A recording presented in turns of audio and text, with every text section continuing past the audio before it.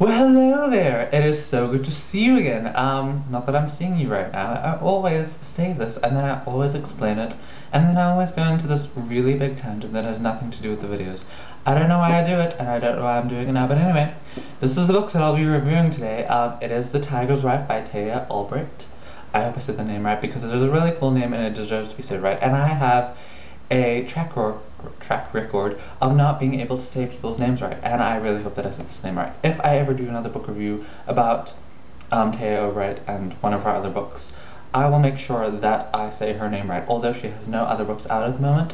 This is her debut novel, so yeah. But I will definitely, I really think I will, and this, like, everyone really hates it, but even if everyone really hates it, I think I still will read her next book. And I will tell you why now. Okay, so this is the book that I'm doing a review about, which I said before, The Tiger's Wife by Taya Obreht.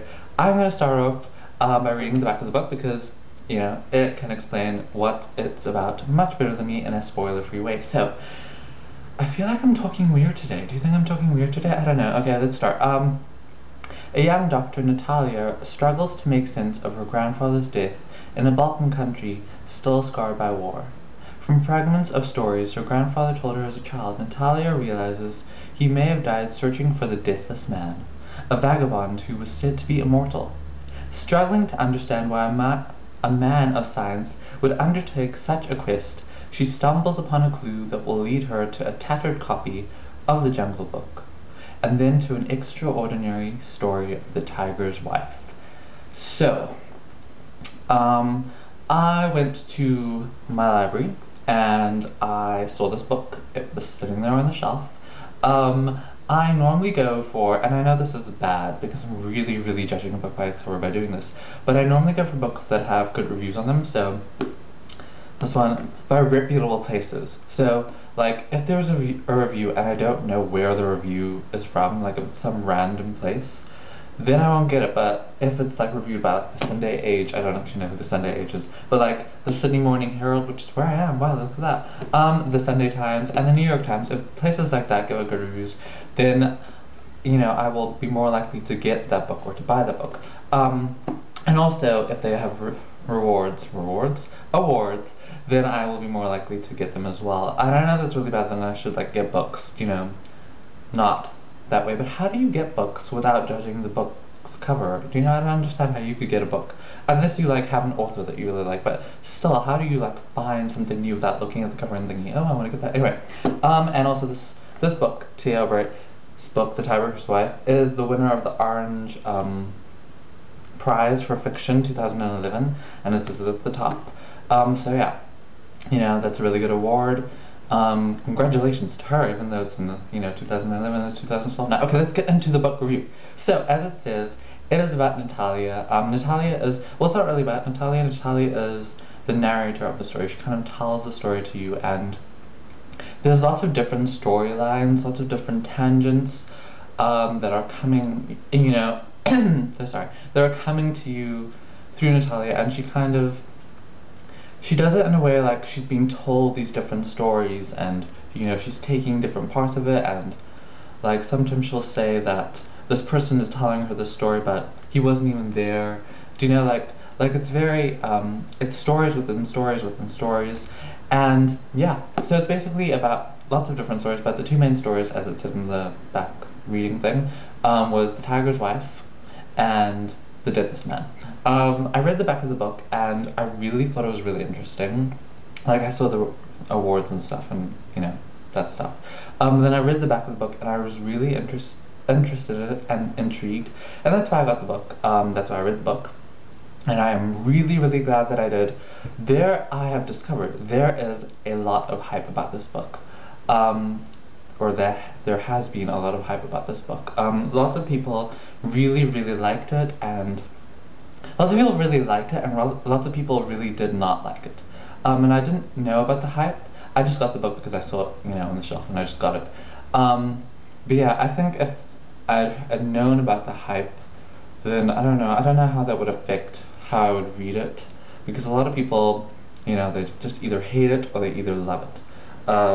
And I have to say, you know, as a preface, prefaced, I don't know, as like a kind of thing to what I'm about to say is that I really, really, really like this book. I'm gonna start off with saying that I'm giving it a 4.5 out of 5, just because I'm not gonna give anything a 5 out of 5 unless it's like amazing, but I'm pretty sure that this is going to be the best book that I read this year. I know it's like in the middle of the year, but I'm pretty sure that this is going to be the best book that I read, and definitely so far it's the best book that I've reviewed. So yeah, I would definitely say out of all the, if you've watched any of my other reviews, I would say you should get this. So I really should be talking more about the book. So yeah, it's set in Balkan country.